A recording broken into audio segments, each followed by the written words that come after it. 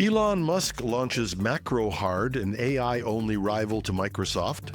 Nvidia halts H20 chip production after China tightens rules. Starlink power cuts reveal weaknesses in satellite internet. ChatGPT leans on Google search even as it tries to replace it. And an IT administrator pulls off one of the dumbest sabotage attempts ever. Welcome to #Trending. I'm your host, Jim Love. Let's get into it. Last week, Elon Musk announced a new venture called Hard, an AI-only software company under his XAI umbrella. The idea? Since Microsoft doesn't manufacture physical hardware, its operations could, in theory, be fully simulated with AI. In Musk's words, it's a tongue-in-cheek name, but it's also a serious attempt to build a company run entirely by intelligent software agents. Musk has a history here. He's been one of Microsoft's sharpest critics, especially after the company's multi-billion-dollar investment in OpenAI. And he's openly warned that Microsoft was seizing too much control over the future of AI. And finally, he hasn't forgotten that it was Microsoft that stepped in to rescue his nemesis Sam Altman during OpenAI's boardroom showdown. In many ways, Hard looks like a challenge born of that resentment, a way to prove that AI can be built differently. A trademark filing from earlier this month hints at Hard's ambitions. Downloadable AI tools for speech, text, image, video generation, coding, and even game design. And if you've seen Microsoft's view of the future, this echoes it precisely. And behind it all sits Musk's Colossus II supercomputer in Memphis, being expanded with millions of Nvidia GPUs to power this AI-driven experiment. Hard may sound like a joke, but it's a true Musk counterpunch, taking aim at Microsoft's AI empire and trying to show what a truly AI-native company might look like. Nvidia has halted production of its H20 AI chip after Beijing moved decisively to reduce reliance on U.S. technology. And Chinese authorities warned companies about possible backdoors in the H20, but they went further, mandating that Chinese data centers must source at least half of their AI chips from domestic manufacturers. That policy puts Nvidia and other American chip makers in a tough spot, effectively shutting them out of a big portion of future Chinese demand. The H20 was Nvidia's most advanced processor still allowed under U.S. export controls, and China represents a fifth of the company's data center revenue. When Nvidia Chairman Wan managed to convince Donald Trump to let him resume exporting, it was seen as a great victory. Now, losing that foothold could reshape the global AI hardware market. It's a reminder, too, that Nvidia might be the most well-known, but it isn't the only player in AI silicon. Google, Meta, and Amazon have already developed their own chips. There's no reason China can't follow that same path, and Beijing seems determined to do just that. Nvidia is not going to fall apart. It will remain a powerhouse. But the days when it looked destined to dominate the AI chip world are now less certain. By overplaying its hands with export restrictions, the U.S. may have pushed China to accelerate its own bid for leadership in AI hardware.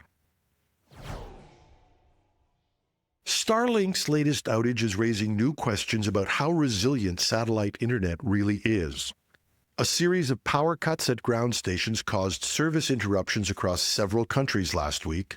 While the satellites themselves kept orbiting, the loss of power on Earth exposed a critical weak point in the network, the reliance on terrestrial links to keep data moving. Critics argue that this is just another reason why Earth orbit constellations may be less resilient than fiber.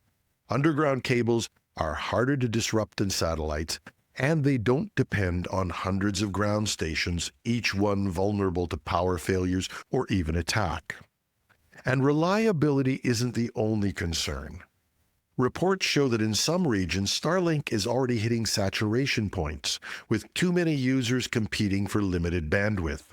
That raises doubts about whether satellite internet can scale to meet the growing demand without major upgrades. With Starlink now carrying traffic for governments, militaries, and emergency services, these issues are more than a consumer inconvenience, potential strategic risks. The outages and bottlenecks are reminders that while space-based internet is valuable, it may remain a complement to fiber rather than a true replacement.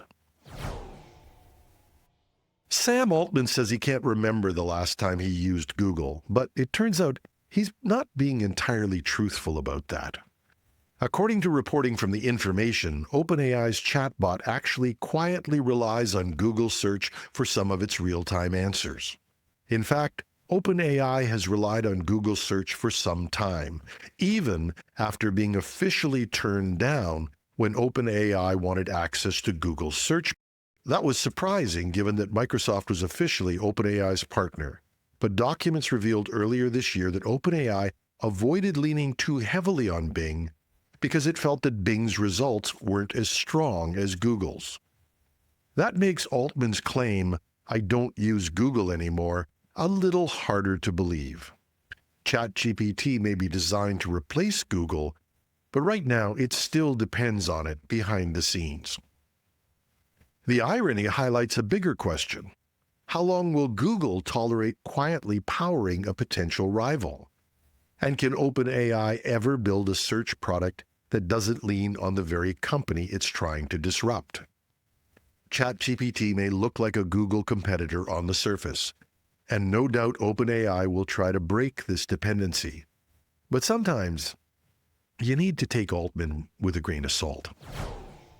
And finally, an IT administrator in the UK has entered the contest for the stupidest hacker of all time by trying to sabotage his employer's systems using his real name. According to the registered 28-year-old Jordan Webb was found guilty of deliberately disrupting servers at a logistics company after his contract wasn't renewed. His plan was to cause chaos, then offer his services back to the company as a fixer. But investigators didn't have to dig far before the malicious activity was traced directly back to an account in Webb's own name. The sabotage caused tens of thousands of dollars in losses before the scheme was uncovered, and the courts took it very seriously. Webb has now been sentenced to prison and banned from working in IT for 5 years. Despite the humor and the irony, this is proof that insider threats are serious. Companies need to put in place processes and defenses because you can't always count on your best security tool being the stupidity of the attacker. And that's our show. If you like what we're doing, please share the show with others. Give us a like or comment on your favorite podcast app or site. Those comments and ratings are part of what's made this show and its sister show, Cybersecurity Today, two of the most popular tech podcasts in North America. And we're found everywhere: Apple, Spotify, YouTube, and more. We're back on Alexa and Google smart speakers as well. We'd also like to hear from you. You can reach me at technewsday.ca or .com. Just go to the Contact Us page.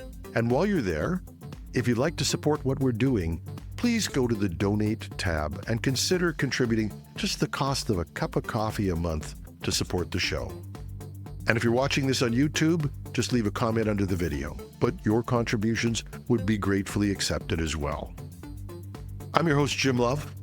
Have a marvelous Monday.